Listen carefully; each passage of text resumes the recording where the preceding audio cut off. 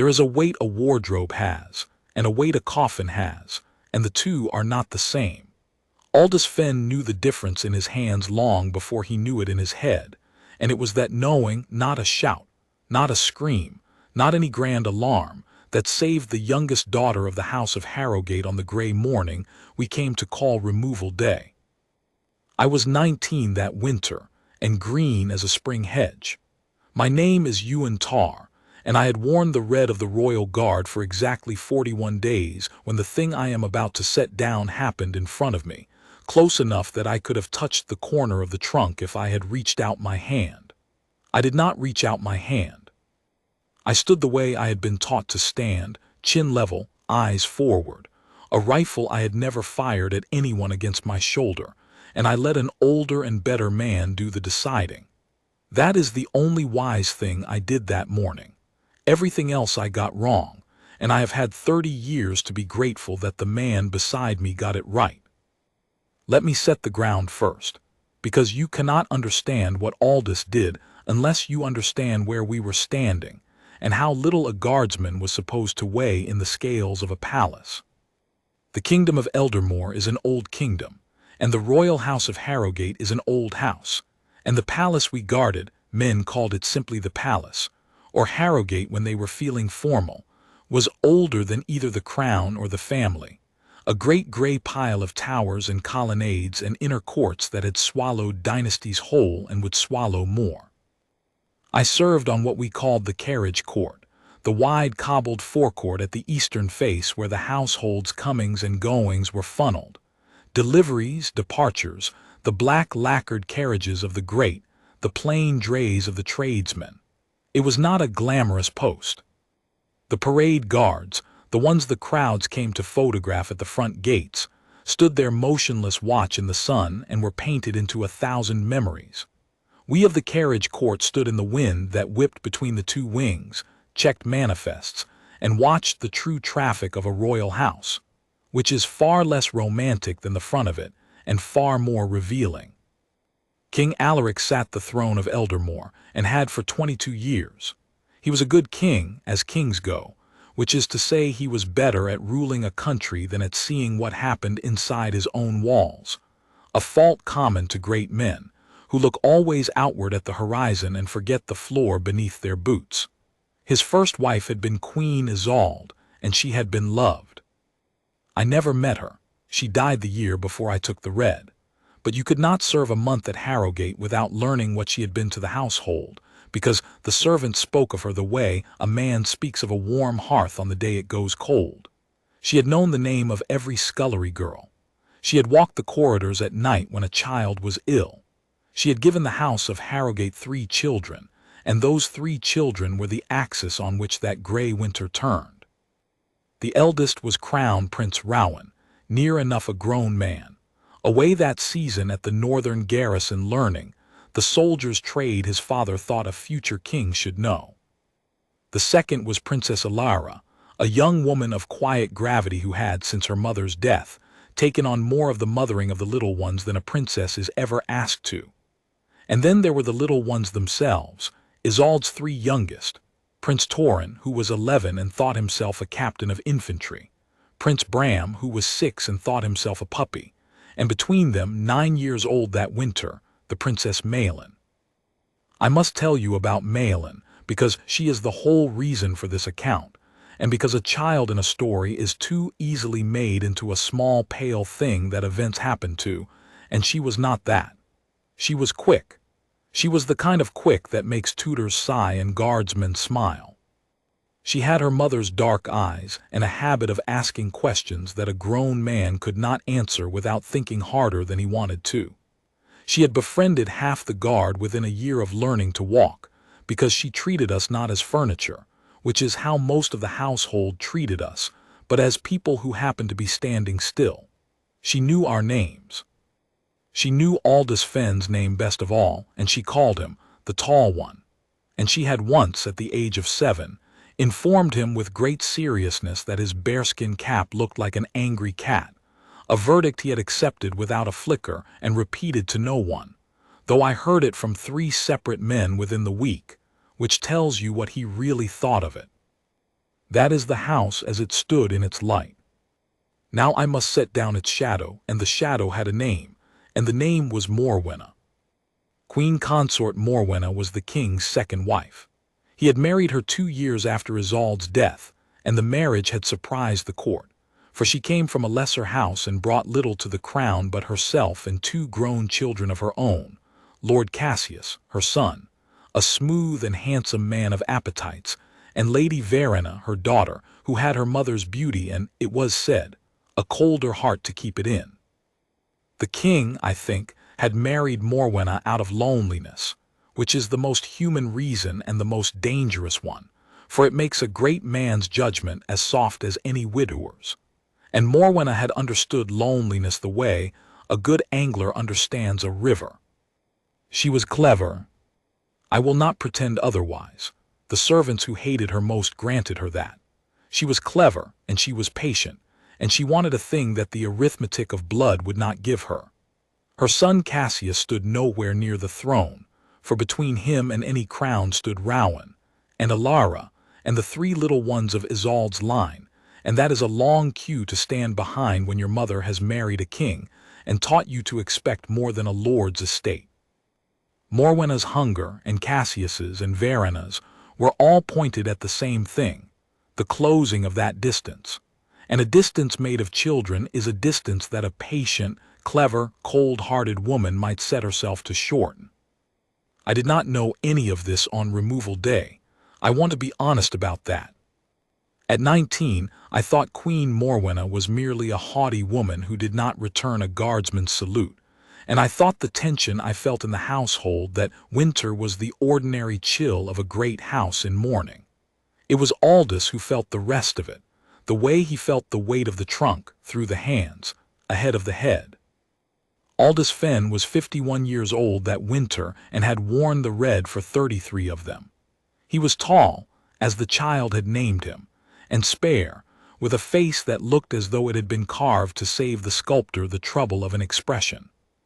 He had come up out of the line regiments in his youth, seen the border wars that my generation only read about, and taken the ceremonial red at an age when most men are chasing rank, because, he told me once, on a long cold watch when the talk ran deeper than usual, he had had his fill of ordering younger men to die, and wanted to spend his last decades guarding something that was already alive rather than making things dead.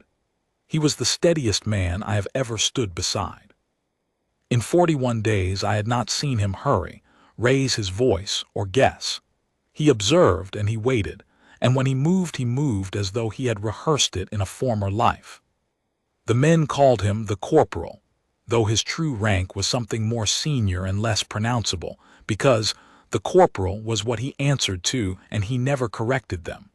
The officers deferred to him without admitting they did. Even our captain, Captain Halbrice, a decent enough man weighed down by the great terror of all palace officers, which is the fear of embarrassing the crown, even Halbrice would find a reason to drift to Aldous' elbow when a decision needed making, and let Aldous make it in the guise of asking his opinion. I mention this because it matters later, when Halbrice's fear and Aldous' certainty stood on opposite sides of a trunk, and the whole thing hung on which of them the younger men would follow. Removal day had been announced a week before. The late Queen Isolde's private apartments, a suite of rooms in the west wing that had been kept shut and shrouded since her death, dust sheets over the furniture, her things exactly as she had left them, were at last to be cleared. It was Queen Morwenna's doing, and she had framed it as mercy. The king, she said, should not have to walk past his first wife's sealed door for the rest of his days. The rooms should be opened, aired, made useful. Isolde's effects should be sorted, some given to charity, some sent for keeping to Ravensmere, a Harrogate estate 2 days' ride to the north.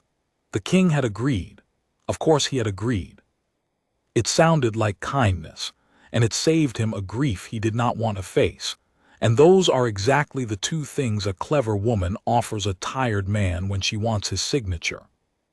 So on that gray morning, a line of drays and 1 closed carriage stood in the carriage-court, and a chain of porters carried down out of the west wing the sealed effects of a dead queen, crates of books, rolled carpets, shrouded portraits and trunks. many trunks, leather-bound, brass-cornered, each fastened with a strap and sealed at the buckle with a blot of green wax pressed with the estate seal of Ravensmere, a stag's head, so that no one might open them in transit.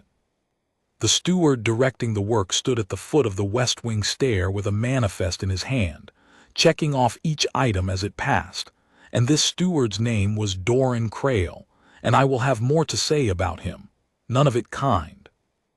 It was cold. I remember the cold most of all, the kind that gets into the brass of your buttons so the metal bites when it touches your wrist.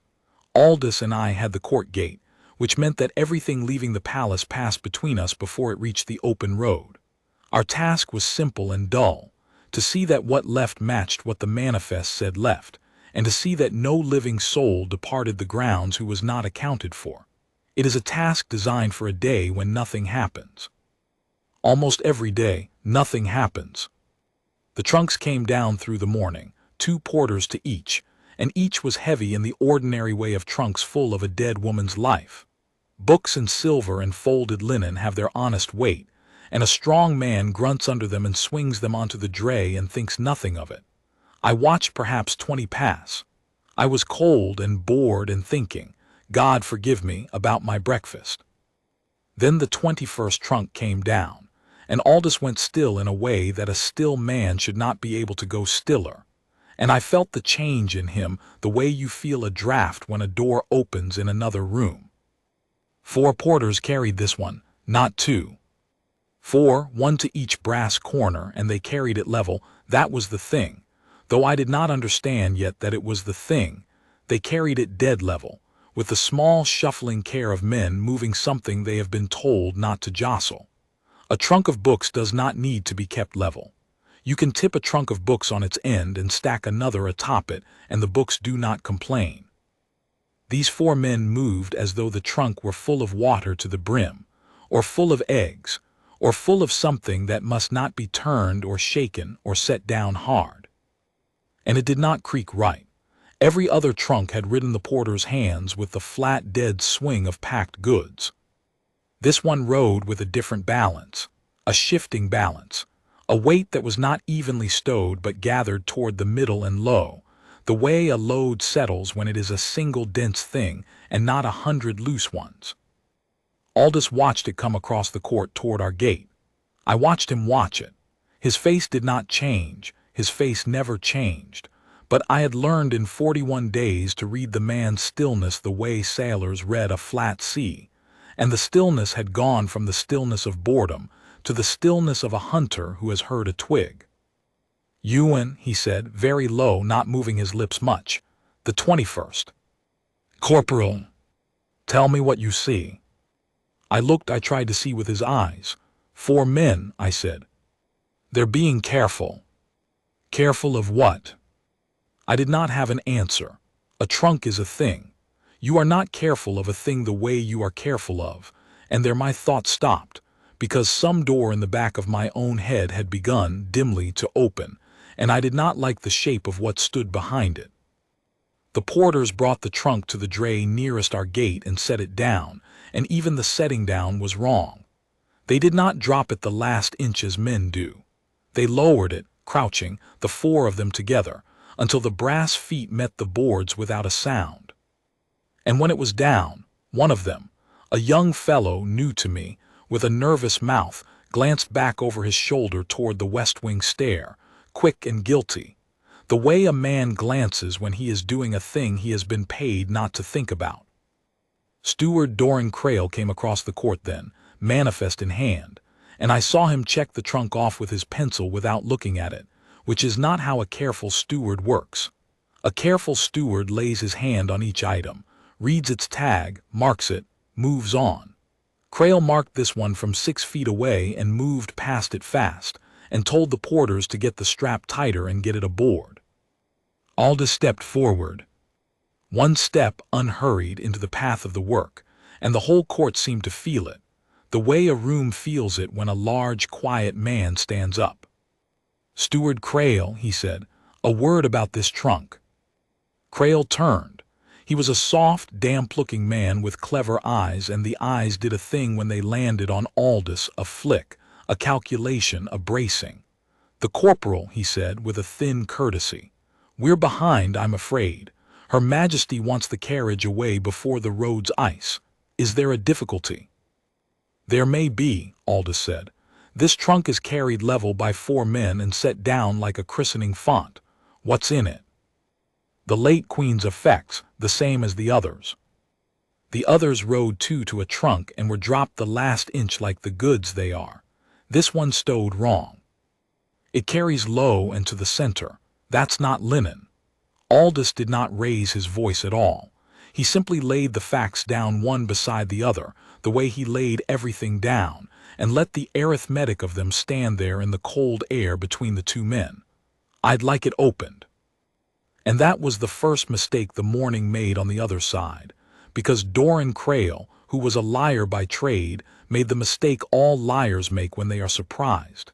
He answered too fast, and he answered too much. "It's sealed," he said. "Ravensmere seal. You can see the wax. It can't be opened without breaking the estate's seal, and I've no authority to break it, and neither, Corporal, with respect, have you. It's the Queen Consort's own order that these go north sealed.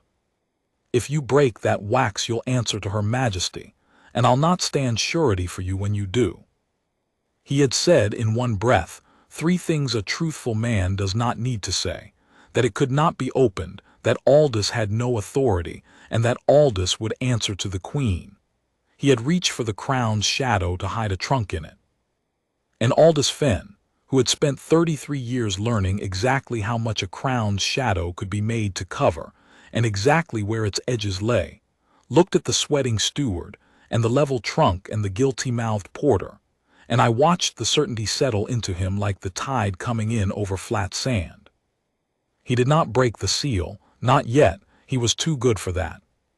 He knew that a guardsman who breaks a royal seal on a hunch and finds books has ended his own service and helped no one.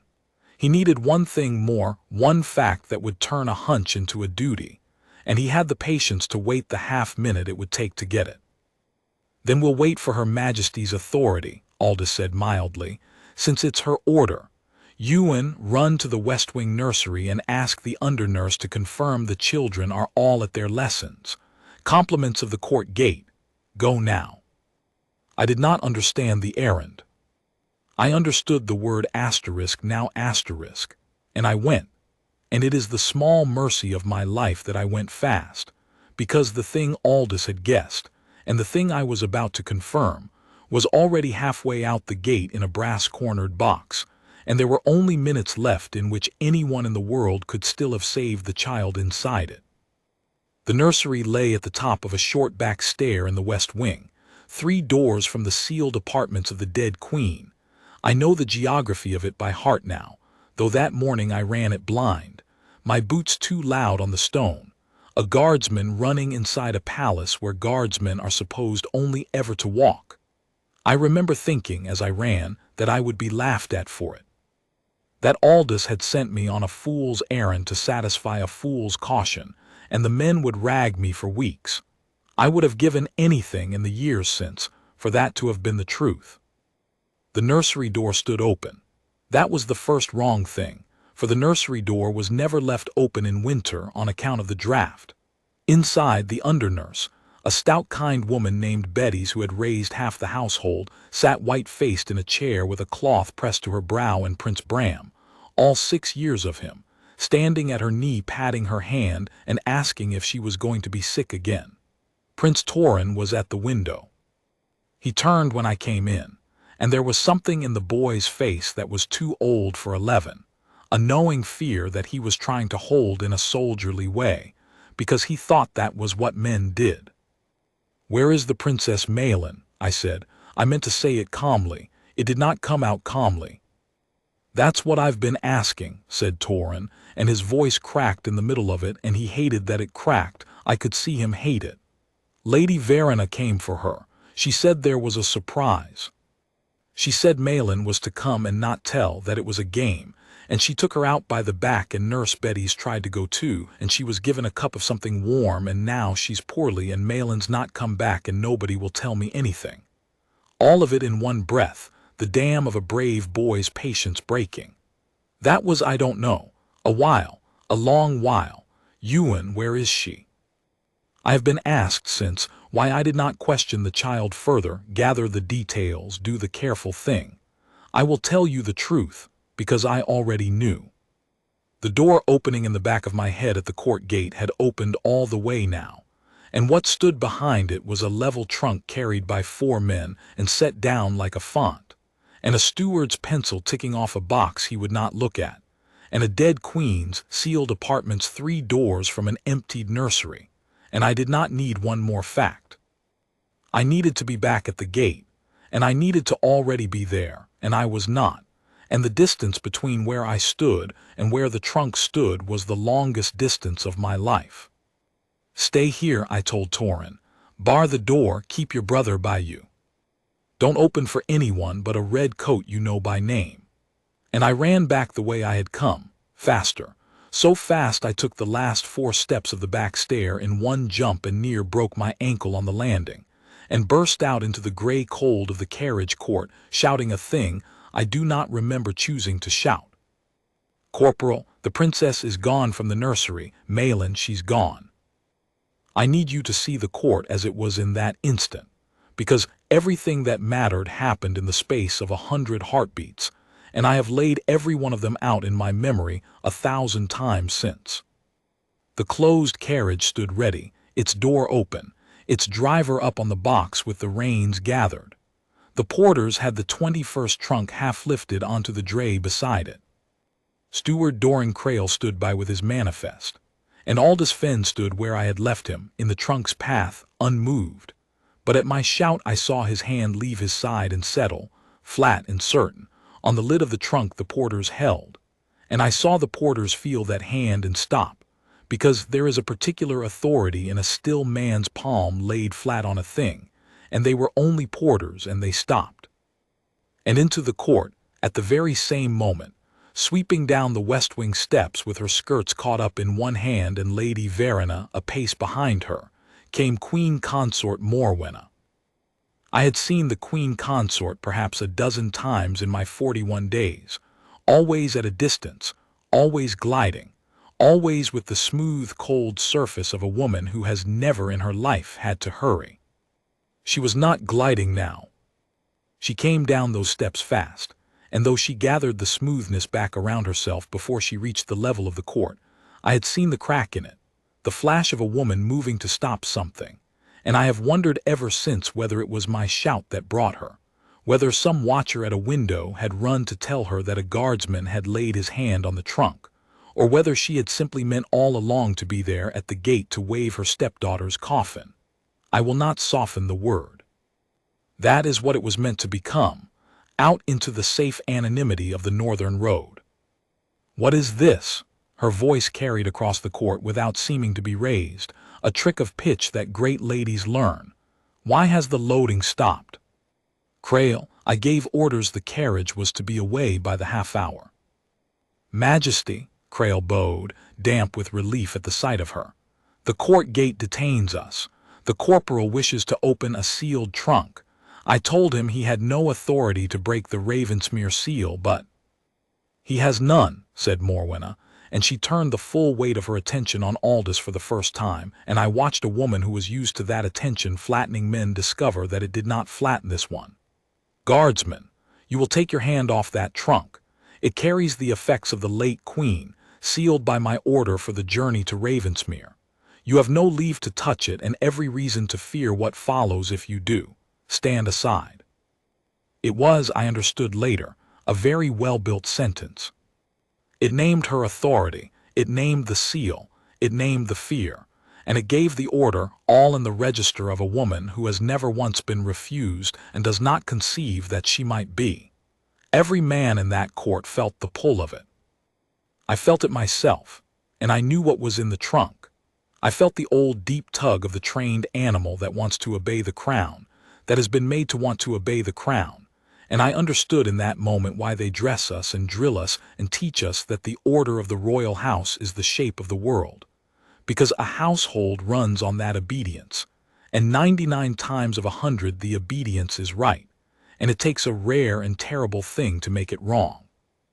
Aldous did not take his hand off the trunk. He looked at the Queen Consort level, unhurried, that carved face giving her nothing. And when he spoke, his voice was not loud and not hard, but it reached every corner of the court, and the porters and the driver and the steward and the guardsman and the Lady Verena all held still to hear it. "Majesty," he said, "the boy in the nursery says the Princess Malin was taken out an hour past for a game and has not come back. This trunk is carried by 4 men and rides low and to the center and was set down without a sound. I have stood 33 years on this court and packed a dead man's kit more times than I can count, and I know the weight of linen from the weight of a living soul." He paused, and the pause was the most dangerous thing I ever heard. "I will open this trunk. If I am wrong, I will lay down the red this hour, and you may do with me as you please. But I will open it first." "You will not," said Morwenna, and now there was iron under the silk, and something else beneath the iron that I was too young to name, but Aldous was not a note of pure fright, the fright of a gambler who sees the card about to turn. "Captain, where is your captain? Halbryce. A guardsman is refusing the order of the crown. I want him removed from that trunk and confined, and I want this carriage away now." And Captain Halbryce came.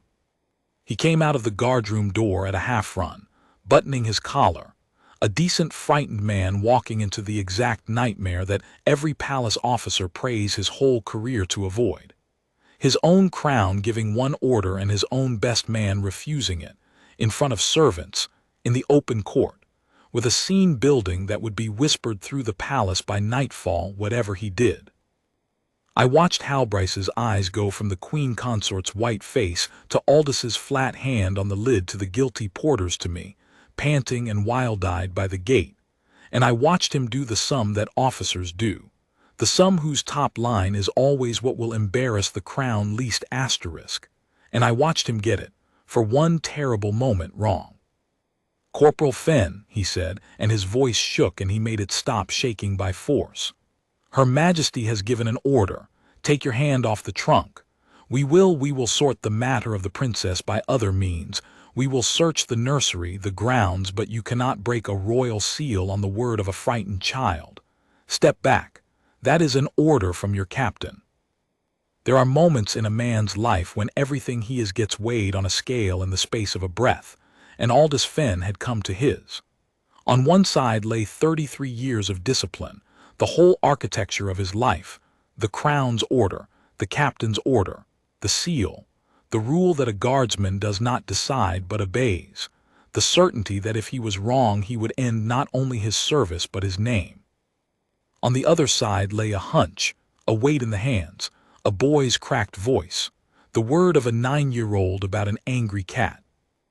I have thought about that scale for 30 years, and I have decided that it did not tip, because for Aldous it had never truly been a scale at all. He had told me once on that long, deep-talking watch, a thing I did not understand until removal day. "The discipline isn't the master, lad," he'd said. "The discipline's the tool. What it serves is the thing under it. The day the tool tells you to hurt the thing it's meant to serve, you put the tool down." I had thought it was old soldiers' talk. It was a whole philosophy of a life, and he lived every word of it in the next 4 seconds. "Captain," said Aldous, and he did not take his eyes off the lid, "you're a good officer and you'll forgive me. But there's no order in this world, not the Queen's, not yours, not the King's own, that I'll obey over the sound of a child that can't be heard. If I'm wrong, I'll answer for all of it, and gladly. Now stand where you are, the lot of you, and let no man touch me for the space of 10 seconds. And he broke the seal. He did it with the flat of his thumb, one hard press and a twist, and the green wax of Ravensmere cracked and fell away in 2 pieces onto the cobbles, and the sound of it, such a small sound, a bit of wax on stone, landed in that frozen court like a gunshot. Morwenna made a noise I will never forget, a short high sound with no word in it. Lady Verena stepped back. The porters let go of the trunk entirely and it settled onto the dray boards, and Aldous had the strap buckle open before it had stopped rocking, his big steady hands moving fast now, faster than I had ever seen them move, no ceremony left in him at all, and he threw back the lid.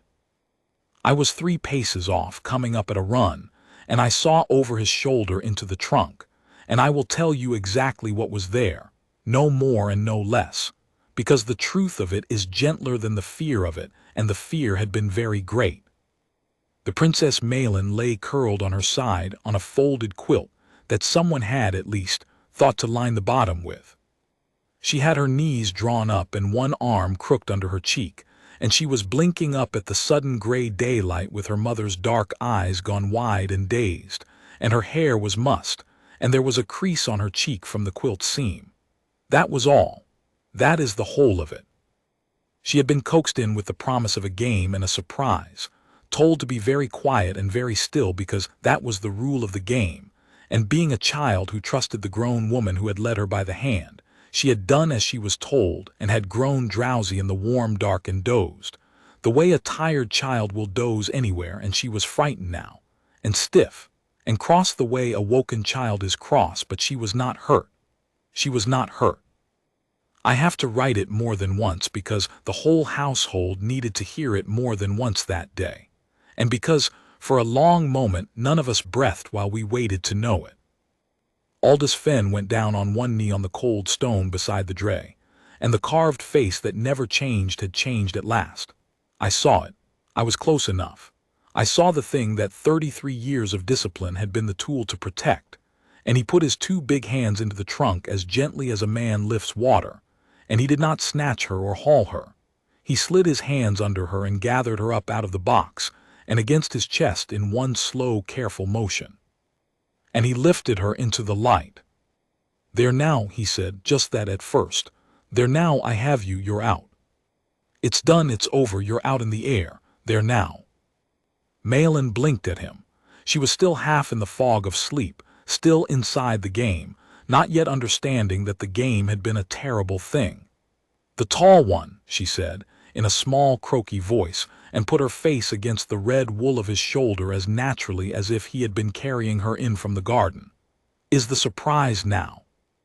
The surprise is that you're done with the box, little one, and never getting in another as long as you live," said Aldous, and his voice was rough in a way I had not heard it.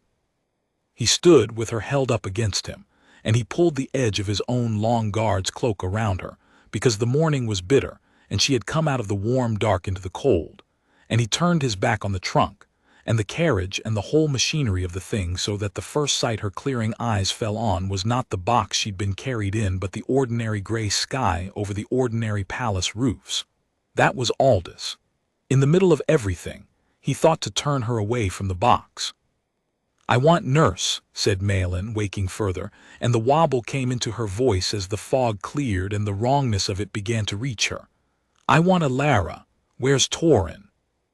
Verena said, and then she stopped, because even a drowsy 9-year-old can feel a whole courtyard of grown people staring, and she pressed her face back into his shoulder and began, quietly, to cry, not the cry of pain, but the cry of a child who has understood, without being told the shape of it, that something that should not have happened has happened to her.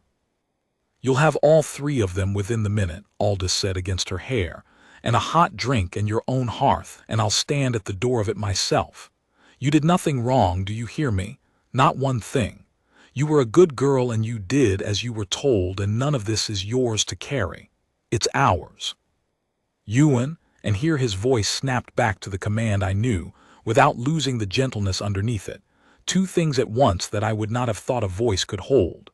"Ewan, take the Princess Alara word to come to the nursery, and send Betty's word she's safe, and bring the physician to look her over, not because she's harmed. She's not harmed, but so that a physician's hand can say so and no tongue in this palace can whisper otherwise. Go careful. Go now." I went, but I turned once at the gate, and I saw the whole tableau of it fixed in the gray light like a painting. The old guardsman standing with the small cloaked figure gathered to his chest, his back set like a wall against the open trunk, and beyond him the Queen Consort Morwenna, white to the lips, her clever mind visibly running down every corridor at once and finding every door shut, and Lady Verena with her beauty gone slack with terror. and Steward Crail beginning, very slowly, to sidle toward the shadow of the west wing, and Captain Halbrice standing in the middle of all of it with the dawning, sickened understanding of a man who has just seen how close he came to giving the order that would have damned him. The rescue was over. It had taken, from Aldous' hand first touching the lid to the child lifted into the light, perhaps 90 seconds. But a thing does not end when the danger ends. The trunk was open now, and everything the trunk had been meant to hide was open with it, and a palace is a machine for hiding things, and it does not surrender its secrets because one old man knelt on the cobbles. The reckoning had not even begun. Princess Alara came at a dead run, which no one had ever seen a princess do, her skirts in both fists and her face a white terror, and she crossed that court so fast that she reached Aldous before I had even finished delivering the message that was supposed to bring her. Word travels through a palace faster than any boy's legs. Someone at a window had already carried it. She pulled up short in front of the old guardsman and the cloaked bundle against his chest, and she did not touch her sister at once. She looked, first, hungry and afraid at the small face, and Aldous read the question in her before she could shape it. "She's not harmed, Highness," he said. "Frightened and cold and cross, and she'll have bad dreams a while, but she's whole, not a mark. She fell asleep and woke in my arms, and she'll not remember the worst of it, God willing, because the worst of it never reached her." He said it steadily, and he said it loudly enough to carry, and I understood even then that he was doing two jobs with the one sentence, comforting a sister, and laying down for the whole listening court the true and gentle account of the thing, before a false one could grow up in its place. Then he turned the bundle, and Malin saw her sister and made a sound and reached, and Alara took her, and the two of them stood clutched together in the middle of the carriage court, while a princess wept into a child's mussed hair, and a child clung to a princess's neck, and every hard man on that gate found something to look at other than the two of them. Bram had come down too, escaped from Torrin's guard, and he attached himself to Alara's skirts and demanded to know why everyone was sad when Malin was right there, and it was the most sensible question anyone asked all day. Torrin came last and slower, walking not running, holding himself like a small soldier, and when he reached his sisters he put a hand on Malin's shoulder and said, in a voice trying so hard to be steady, "I told them. I told you and you were gone. I made them look." And Malin, from inside Alara's arms, said, "I know. I heard you a bit through the—" and did not finish, and Torrin's soldier's face finally broke, and Aldous put one big hand briefly on the back of the boy's neck, which said more than any words. I have dwelt on this because it is the true heart of what happened that day, and because everything that follows, the evidence, the accusations, the king's judgment, is only the machinery of setting right a wrong, and the wrong itself was never really about crowns or succession or the arithmetic of blood. It was about a child in a box and the people who loved her, and I would not have that lost under the grander business that came after. But the grander business came, and it came fast, because Queen Consort Morwenna was not a woman to stand white and frozen for long. She gathered herself. I watched her do it, watched the clever cold surface flow back over the fright like water closing over a dropped stone, and she stepped forward and did the thing that had carried her through every danger of her life. She took command of the story before anyone else could. "Thank God," she said, and she said it beautifully, a mother's fervor in it, one hand pressed to her breast. "Thank God the child is safe. Alara, my dear, bring her to the warmth at once. Crail, you wretched fool. This is your doing. I gave you the loading of the effects, and this is how you keep the household's charges. Letting a child wander into a packing trunk at play, Captain. I want a full accounting of how a princess of this house was left unwatched long enough to climb into the baggage. Heads will answer for it." It was masterful, and it was very nearly enough. In 3 sentences she had made herself the relieved mother, made Crail the negligent servant, made the whole thing an accident of a child at play and a household's carelessness, and pointed the coming inquiry away from herself and down the ranks where inquiries usually go to die. Half the court believed it in the instant she said it, because it is what people want to believe, that the horror was a mishap, and no one truly meant it. I saw Captain Halbrice's shoulders drop half an inch in relief at being handed a version of events he could survive. And then Aldous Fenn, who had said nothing while she spoke, said one quiet thing, and the whole beautiful structure of her lie fell down. She didn't climb in, Majesty. Morwenna turned. I beg your pardon. A child at play climbs into a trunk and pulls the lid down over herself, and the lid sits loose, and she can push it up again, and she does, the moment she's bored or frightened, which is a minute or two. Aldous walked unhurried to the open trunk, and he lifted the fallen lid and he showed the court its inner face. This lid was strapped from the outside. Here's the buckle tongue, and here's the where it was drawn tight. A child cannot strap a trunk shut from within. Someone closed this trunk on her and buckled it and sealed the buckle with the Ravensmere wax so that no one would open it before it was 2 days north and gone. That's not a child at play, Majesty. That's a child packed. He let the lid fall. The sound of it was very loud. And the manifest, he went on in the same flat, unhurried voice, and he held out his hand toward Crail without looking at him. The manifest, steward, now. Crail did not give it to him. Crail, who had been sidling toward the west wing this whole while, chose that moment to run. A soft, damp man bolting across cobbles is not a fast thing, and 2 of my fellow guardsmen had him by the arms before he'd made 10 yards, and the manifest fluttered from his hand, and I picked it up off the stones and gave it to Aldous. And that folded paper, more than the strapped lid, more than anything, was the thing that hanged them all. Because Aldous ran his finger down it and found what he had known he would find. 22 trunks listed, he said. I counted 23 come down that stair. The count is wrong by 1, and it's wrong in Steward Crail's own hand. He's written 22 and loaded 23, because the 23rd isn't the late Queen's effects at all. It was never meant to be on any list. It was meant to go north as a thing that did not officially exist. He looked up, and for the first time he looked directly at the Queen Consort, and his voice did not rise, but it hardened until it could have cut stone. A trunk that isn't on the manifest doesn't get sealed with the estate seal by accident, Majesty. Someone gave out that seal. Someone ordered this load. I'd like very much to know who. The silence in the court was the silence of everyone present understanding, all at once, that this was no longer a story that could be steered. And it was into that silence, at the head of the West Wing steps, that Princess Adela arrived, and the day which had already turned once turned again. Princess Adela was the king's elder sister, and if you have ever known a family in which the throne went to the softer sibling, you will understand the household of Harrogate at a glance. Where King Alaric looked outward at his horizons and trusted the floor beneath his boots, his sister Adela had spent 60 years watching the floor.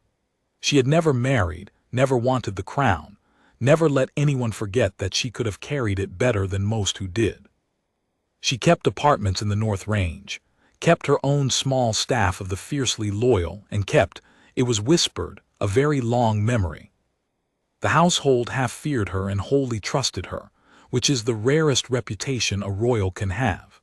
She had loved Isolde like a daughter, and she had, from the day of the king's second marriage, watched Morwenna the way a hawk watches a stoat in the grass, patiently and without blinking, and with no illusions whatsoever. She came down the steps with a stick she did not need for walking and used only for pointing, and she crossed the court to where Alara stood with Malin in her arms, and she looked at the child's face with those pale, unblinking eyes, and only when she had satisfied herself that the girl was whole did she turn and survey the rest of it, the strapped lid, the run steward held by 2 guards, the white-faced Queen Consort, the manifest in Aldous' hand, and take, in the space of one long look, the entire measure of what had happened in her brother's house. "Well," said Princess Adela into the frozen court, "someone has tried to post a princess of the blood to Ravensmere like a parcel of a dead woman's linen. I have wondered how far it would go. Now I know." She turned her head and her voice cracked like a whip. "Nobody leaves this court. Shut the outer gate. Captain Halbrice, you will take that steward and those 4 porters into separate rooms and keep them separate, I said, so that they cannot agree on a story, and you will send a man to wake my brother the king, who is at his morning papers and who is going to have a very much worse morning shortly. Corporal, keep the trunk and the manifest exactly as they are. Touch nothing further. I want the king to see it as you found it. And you? The stick came up and pointed, not at Morwenna, not yet, but at Lady Verena, who had been trying for some minutes to make herself small at the edge of the group. You will stand still, girl, and stop edging for the arch, because there is nowhere in this kingdom you can edge to now. It was extraordinary to watch. She had no rank over the Queen Consort. A king's sister is outranked by a king's wife, and she wielded no rank at all. She simply took command by being the only person in the court entirely unafraid, and the household, which knew her, obeyed her from long habit, and Morwenna, who a minute before had been steering the whole scene, found the reins taken clean out of her hands. But Morwenna was not finished. A cornered clever woman is never finished until the door is actually shut, and she had 1 card left that she had been saving, and she played it now, and it was the cruelest and cleverest thing I heard that whole cruel clever day. Adela, she said, dropping the title, sister to sister, wounded and dignified. You have always hated me. The whole court knows it. And now you seize on a household's dreadful accident to make a monster of me before my husband's servants. A child was left unwatched and came to harm through play and negligence, and I am as sick with relief as any of you that she is safe. But I will not stand here and be accused of packing my own stepdaughter into a trunk on the word of a guardsman who broke a royal seal against a direct order and now must justify his mutiny by inventing a plot. Ask yourselves, which is likelier? A careless nursery, or that I, the queen of this realm, arranged in the open carriage court in front of 40 witnesses to murder a child I have raised as my own? She let the tears stand in her eyes without letting them fall, a skill I have never seen bettered. He broke the seal to cover his own insubordination. Everything he has found since, he found because he needed to have found it. Strip the story of his word, and there is nothing here but a frightened child, and a guardsman who will hang if he was wrong. And I will tell you, it landed. It was a good throw. She had turned the very proof of the rescue into evidence of a frame. She had made Aldous' courage into a motive. She had reminded every officer present that the seal really had been broken against a real order, and that if this went the wrong way it would be the guardsman, not the queen, who paid. I saw doubt move across the court like a cloud shadow. I saw Captain Halbrice's face, which had settled, begin to come unsettled again. This is the false dawn I have learned that all such stories have, the moment when the wrong thing might yet win, because it argues better than the right thing, because the truth is often plain and clumsy, and the lie is always beautifully made. It was Aldous who answered, and he did not argue with her at all, which is why he beat her. I don't ask anyone to take my word, Majesty, he said. I ask them to take the trunks. I ask them to take the manifests. That's your steward's hand, not mine. I ask them to take the porters. Once they're kept apart and questioned separate, because 4 frightened men who agreed on nothing will tell 4 halves of the same true thing, and I ask them to take the seals. He held up the 2 broken pieces of green wax he had, I now saw, kept in his glove this whole time. This is the Ravensmere estate seal. It's kept, by the household rule, locked in the steward's press, and only 3 keys turn that lock: the steward's, the chamberlain's, and one that hangs on the Queen Consort's own household ring, because the North estates are hers to manage. 3 keys. When the king asks whose seal closed a trunk that wasn't on the list, the answer will be one of 3, and 2 of the 3 are here to speak for themselves. He looked at her, level and merciless and entirely calm. I broke a seal, Majesty, and I'll answer for that gladly to the king in the king's time. But a broken seal doesn't strap a lid from the outside, and it doesn't miswrite a manifest, and it doesn't unlock the press it came out of. My word isn't the case. My word is just the thing that stood between the child and the road. The case is in the box, and the paper, and the men, and none of those can be talked out of what they are. It is one thing to lie beautifully to a court that wants to believe you. It is another to lie beautifully against physical objects that sit on the cobbles refusing to change their shape no matter how well you speak. Morwenna had built her whole life on the first skill, and she had just run headlong into the wall of the second, and I watched her understand it, watched the beautiful surface crack for the second time that morning, and this time not close over again. And that was when King Alaric came into the carriage-court, in his morning coat with the papers still in his hand, having been told only that there had been a disturbance, and that his sister had sent for him, and not yet knowing that he was walking into the ruin of his own marriage and the near murder of his own daughter. A guardsman does not often see a king's private face. We see the public one, the level composed mask that a crown teaches a man to wear the way it teaches a guardsman to wear stillness. I saw King Alaric's private face that morning, and I have never wished to see such a thing again. He came into the court reading the scene the way we all had, the child in Alara's arms, the trunk, the held steward, and I watched him not understand it, and then begin to understand it, and then understand it entirely, and the mask did not so much fall as break in pieces in front of 40 people, and what was underneath was an old man learning that the woman in his bed had tried to erase his youngest child from the earth. "Malin," he said first, not to the court, not to Morwenna, to the child, and he crossed to her and Alara, and he took his daughter's face in both his hands and looked at her the way Adela had, hungry and afraid, and Malin, who loved her father and did not yet understand a tenth of what had happened around her, said, "Papa, I got put in a box and it was dark and the tall guard got me out," in the plain, devastating way that children report the unspeakable. And I watched those few words go into the king like a blade. He straightened, he turned, and he became in front of us not a tired widower and not a fond husband, but the thing he was under all of it, which was the King of Eldermore, and his voice when it came was very quiet and very terrible. "Tell me," he said to his sister, "everything, from the beginning, leave nothing." Adela told it, plainly and in order, and Aldous gave the physical proofs as she named them: the strapped lid, the miscount on the manifest in Crail's hand, the 23rd trunk that existed on no list, the Ravensmere wax and the 3 keys that could have produced it.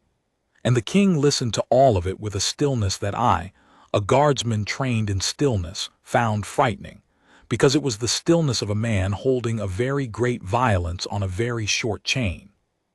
"Morwenna," he said when it was done, "you will answer me. Was this trunk loaded on your order?" And she tried. God help her.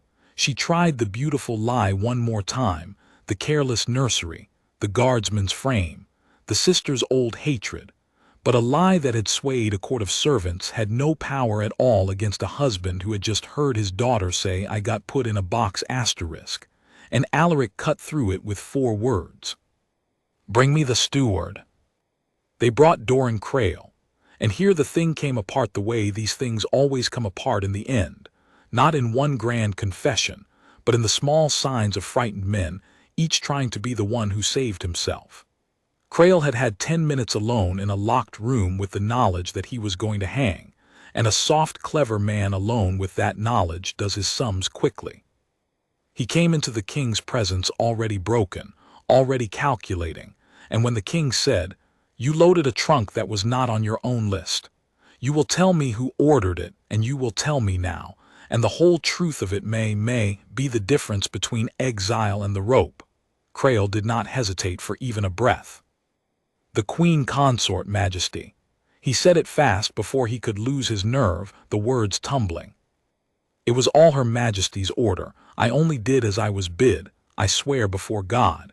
She had me draw up the removal a month past, and a fortnight ago she told me there'd be 1 trunk extra that wasn't to go on the list, that it held things too personal, she said, of the late Queen's that mustn't be catalogued, and I believed Her Majesty, or I let myself believe her, and she gave me the estate seal off her own ring to close it.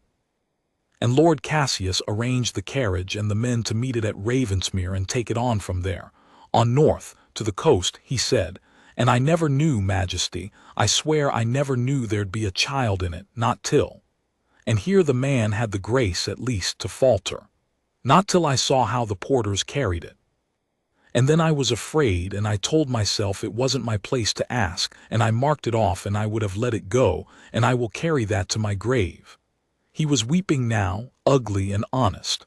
God forgive me. I would have let it go. On north to the coast, the king repeated, and the horror of it worked through him visibly, because we all understood what north to the coast meant. Not a killing in the palace that might be traced, but a child carried quietly out of the kingdom entirely, to be lost among strangers over the water, to simply cease to be a princess of Harrogate and become nobody, nowhere, gone. A disappearance so complete that in a year the court would half believe she had wandered off and drowned, and Morwenna would wear black and be comforted, and her son Cassius would stand one place nearer the throne. And no grave would ever be dug because there would be nothing to bury and no crime anyone could prove. It was, I have thought since, almost brilliant. It failed for one reason and one reason only, and the reason was a 51-year-old man who knew the weight of linen from the weight of a living soul. Cassius, said the king, where is my wife's son? Lord Cassius, it transpired, was not in the palace at all. He had ridden out before dawn, ahead of the carriage, to be at Ravensmere when it arrived, to be, that is, far from the carriage-court when whatever happened in it happened, with a clean alibi 2 days' ride away. Princess Adela had already, with the cold foresight that made her what she was, sent riders after him on the north road the moment she grasped the shape of things, and they took him that afternoon at the second posting in, with a purse of foreign coin and a letter of passage for one package, no questions that he had not had the wit to burn. He did not go quietly, and it did not matter that he did not go quietly. That left Lady Verena, who had led a trusting child out of a nursery by the hand with the promise of a game.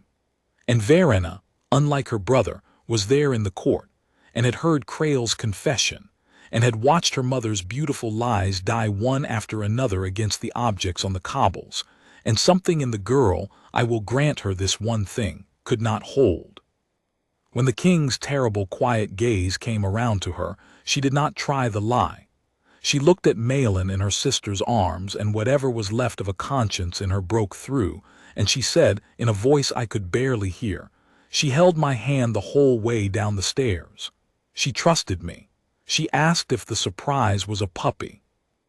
And then Lady Verena sat straight down on the cold cobbles of the carriage-court and put her face in her hands, and that was the end of any doubt that had survived in any corner of that place. The king looked for a long moment at his wife. Morwenna had stopped at last trying. The 3 cracks in the surface had become the whole of the surface. There was no beautiful woman of command left standing there, only a schemer who had reached, at last, the wall past which no cleverness could carry her, and knew it. She did not weep. I will grant her that, too. She did not stoop to Creel's weeping or Verena's collapse. She stood straight and pale and looked back at her husband with a face gone to stone, a queen to the last inch even in the ruin of everything. And she said only one thing, and it was not a denial and not a plea, but a kind of terrible honesty that was worse than either. He was my son, she said. I did it for my son. You would have left him with nothing, a lord's rents and a place below every whelp of that dead woman's. I only wanted to shorten the distance. You wanted to murder a child, said King Alaric. I wanted, said Morwenna, to move one out of the way. And there, in the difference between those 2 sentences, the one the king said and the one she said back, lay the whole abyss between a father and the woman he had married, and everyone in that court felt the cold of it, and no one ever forgot it.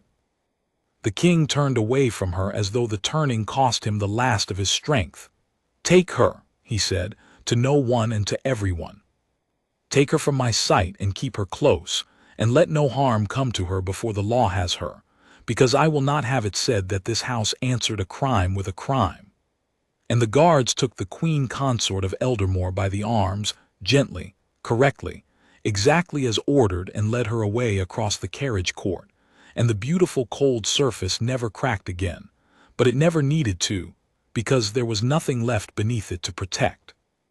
The rest of that day I remember in fragments, the way you remember a day that has broken something and remade it. I remember the physician coming, an old gray man with warm hands, and going up to the nursery and taking his time over Malin behind a closed door with Alara and Nurse Betty's in attendance, and coming out and saying to the king in the corridor, "I had the door of it, so I heard. She is entirely well, Majesty. Chilled and shaken, and she will want holding for a good while, and she may fear the dark and small spaces for a season, which is natural and which passes. But there is no harm in her body, and I do not believe there is harm in her that time, and love will not mend. She is a strong child. She woke in the arms of a man she trusted before the fright could take root. That is worth more than any medicine I carry." And the king put his hand over his eyes and stood a moment in the corridor and did not speak, and the physician had the wisdom to pretend he had somewhere else to be. I remember, too, that Aldous Finn did not leave his post. You would think, I thought, that the man of the hour would be swept up into the great business of the palace, questioned, thanked, made much of. He was not, and it was his own choosing. When the immediate storm had passed and the plotters were secured and the king had gone up to sit with his daughter, Captain Halbrice came to Aldous, and the captain's face was the face of a man who had come very close to the edge of his own ruin and knew exactly who had held him back from it. He had, remember, given the order to stand down. He had, for one bad moment, been wrong, and a lesser man in Halbrice's place would have hated Aldous for having been right in front of everyone, for that is a thing weak men cannot forgive. Halbrice was not in the end a weak man. He was only a frightened one, which is a different thing and a more curable one. He stood in front of Aldous, and he took off his own officer's cap, which an officer does not do to a corporal, and he said, "I gave you an order to stand down. You were right to refuse it. Before God and this whole court you were right, and I was wrong, and if that trunk had gone north on my word, I would not have been able to live in my own skin. I don't know how to thank a man for saving me from myself, Corporal. I don't think there are words made for it." And Aldous, who was uncomfortable with all of it, said only, "You'd have stopped it yourself, sir, a minute later when you'd seen what I'd seen. You were doing your office. It's a hard office, standing between the crown and the men, harder than mine. I only had the easy job, I only had to be right about a weight." Which was generous and not entirely true, and both men knew it, and it mended something between them that lasted the rest of their years. Then Aldous went back to the court gate and stood his watch to the end of it, because his watch was not over and no one had relieved him, and that is who he was. The king's justice came in its proper time, which is to say slowly, because a king who has been wronged in his own house must be more careful of the law than any other man alive, lest his grief be mistaken for tyranny. There was no summary vengeance. Alaric would not have it. Every one of them had a hearing and a chance to speak, and the full weight of the realm's law laid out plain, and it took the better part of a season, and I think the slowness of it was its own kind of punishment, for it gave them all a long time to sit with what they were.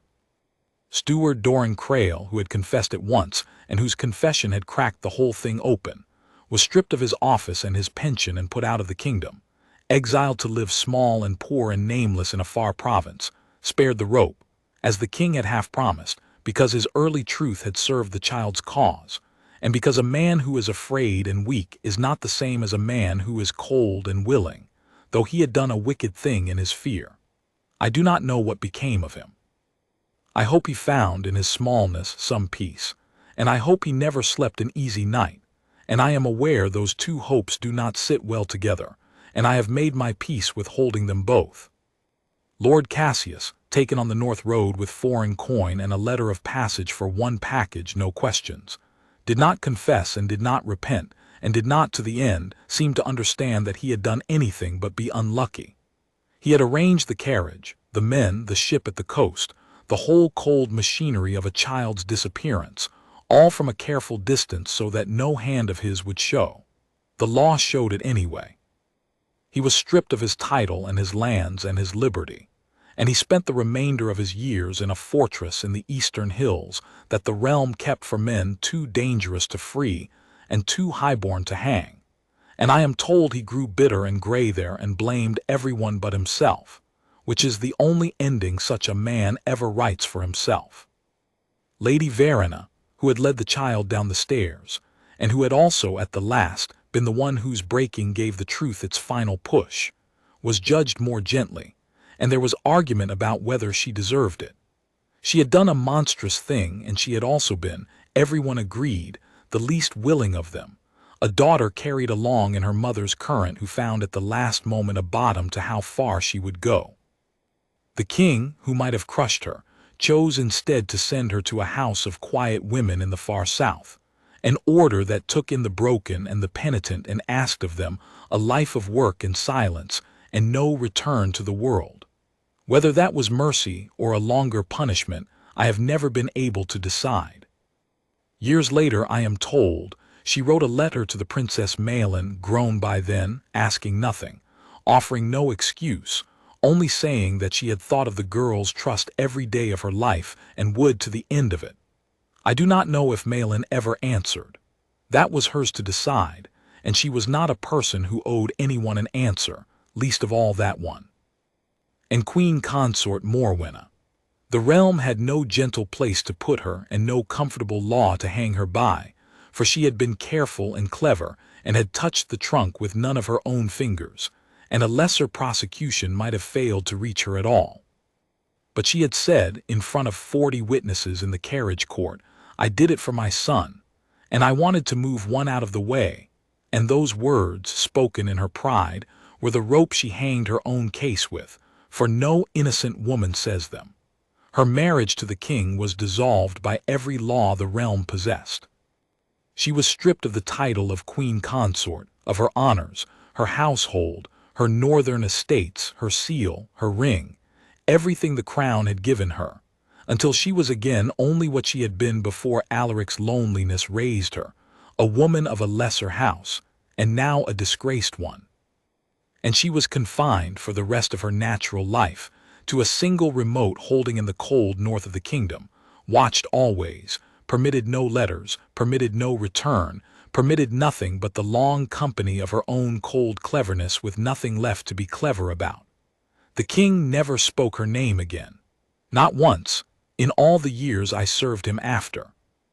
It was as though he had cut the word out of himself, and the wound of it never fully closed, for a man does not easily forgive himself for having loved where he should have watched. Crown Prince Rowan came home.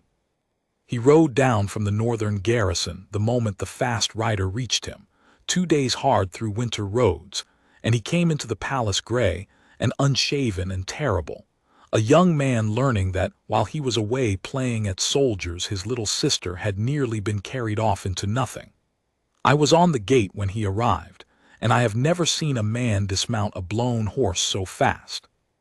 He went straight up to the nursery and did not come down for a long time, and when he did come down his face had changed, had set, had taken on some of the weight it would carry the rest of his life, for he had understood something that day about what it was he would one day be crowned to protect, and about how thin the wall is between a royal child and the dark, and about the men who stand that wall. He sought out Aldous Fen before he did anything else, before he ate, before he slept, before he washed the road off himself.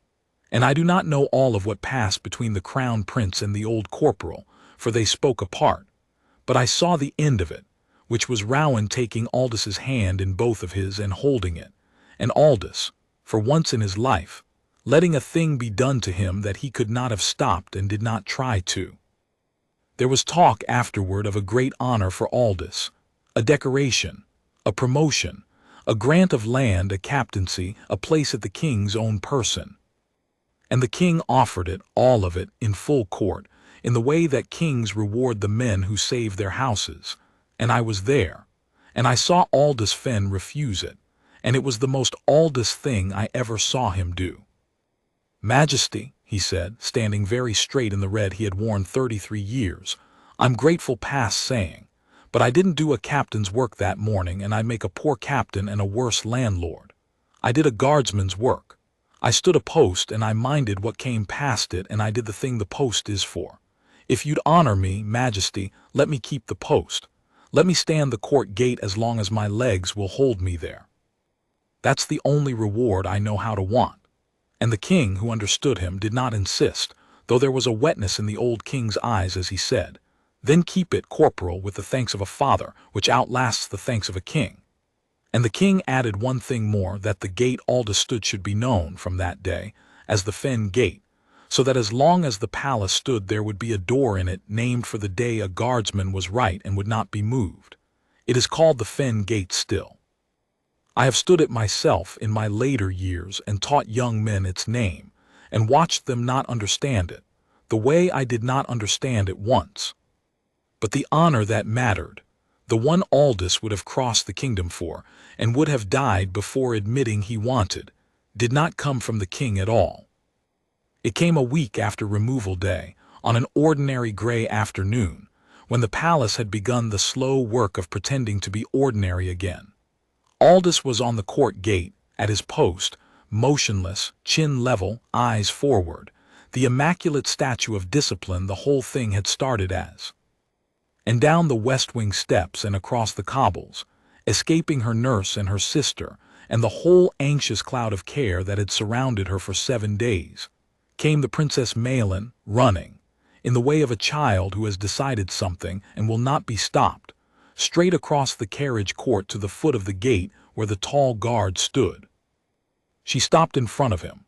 She was still pale, and there were shadows under the dark eyes that had not been there before, and she would fear the dark for a season, as the physician had said, and small spaces longer than that.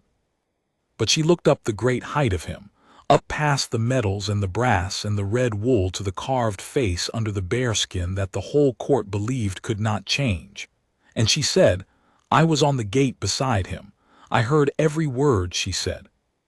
"I wasn't scared when I woke up. I want you to know. It was dark and I didn't like it, but then it wasn't dark because you opened it and I saw it was you, and I knew it would be all right because it was the tall one." She considered this. "Your hat still looks like an angry cat." And Aldous Fen broke his post.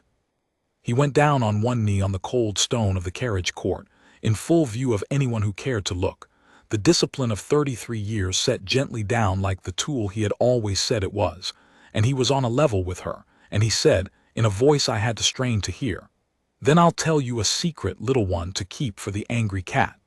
I have stood that gate more than 30 years, and in all that time I've been afraid exactly once, not of any man. I was afraid for about a minute and a half that I'd counted a weight wrong and I'd be too late, and I never will be again, do you hear? Not while I can stand. You go and be 9 years old and be quick and clever and ask your questions that nobody can answer, and let the standing and minding be mine. That's the bargain. That's forever." And Maelin, with the tremendous seriousness of the very young, put out her small hand, and the old guardsman took it in his enormous one and shook it once, gravely, sealing a treaty that no herald ever recorded, and that both of them kept to the letter for the rest of their lives. Then she ran back to her sister, and Aldous rose, and put his hand for one moment flat against the cold iron of the gate the way I had seen him lay it on the lid of the trunk, and resumed his post. I have carried that morning for 30 years, and I am an old guardsman now myself. Older than Aldous was that winter, and I have stood a great many gates and seen a great many things, and I have learned the one lesson that the whole of it was trying to teach a green boy of 19 who thought about his breakfast, while a princess rode past him in a box. We are taught in the Red that our glory is our stillness, that the whole art of the royal guard is the not moving, the not reacting, the standing like carved stone while the world goes by and provokes and mocks and orders and pleads. And that is true, and it is most of the craft, and a guardsman who cannot hold his stillness is no guardsman at all. But it is not the deepest truth, and Aldous Fen knew the deepest truth, and he tried to give it to me on a long cold watch before I was ready to receive it, and he gave it to a whole kingdom on removal day, whether the kingdom was ready or not. The stillness is only ever the tool. The thing it serves is the small, warm, living thing that cannot mind itself, the child, the weak one, the one whose whole safety hangs, though they will never know it, on whether the still man at the gate was truly watching or only standing. And there comes, in the life of every man who is worth the uniform he wears, exactly one morning when the stillness and the watching pull against each other, when every rule and every order and every fear he owns tells him to hold his post and let the trunk go by. And on that morning, the whole of what he is comes down to a single question, which is whether, when the tool tells him to hurt the thing the tool was made to serve, he has the terrible courage to put the tool down. Aldous Fenn put it down. He broke a royal seal against the order of a queen and the order of his captain and 33 years of his own iron discipline, on nothing but the weight of a trunk in his hands and the word of a child about an angry cat, and he was right, and a little girl grew up. She grew up clever and quick and unafraid, and she was loved, and she had children of her own in the fullness of time, and none of it, not one day of that long good life, would have happened if a tired man had trusted the rule over the weight. He is gone now these many years, and I stood at his graveside in the red, and so did a grown Princess Malin, who wept without shame and laid on the plain stone a small carved cat, whittled by her own hand, that sits there yet, and that the young guardsmen puzzle over and I do not explain. The Fen gate still stands. The palace still stands. And somewhere in it, I like to think, the deepest lesson of the red still passes, quiet and unrecorded, from an old guardsman to a green one on a long cold watch, that the discipline is not the master. The discipline is the tool, and the day it tells you to look away from the child in the box, that is the day you were made for, and God help you if you have not the courage to fail your orders and keep your soul. That is the whole of it. That is what happened on removal day, when the royal guard forced the trunk open and found the young princess inside and lifted her out safe into the light. I was there. I saw it. And I have tried in the 30 years since to be the kind of man who would have known the weight, and to teach the boys on my gate that the finest thing they will ever do in the red may look, to the world, exactly like disobedience, and be, to God, the truest keeping of their oath. She was not harmed. She was frightened, and she was cold, and she was cross, and then she was warm and safe, and held and loved, and 9 years old for a great many years more. Remember that above all the rest of it. Remember that she was safe. It is the only part that ever truly mattered, and it is the part I would have carved on every gate in the kingdom if they had let me. The still man was watching, and the child came home.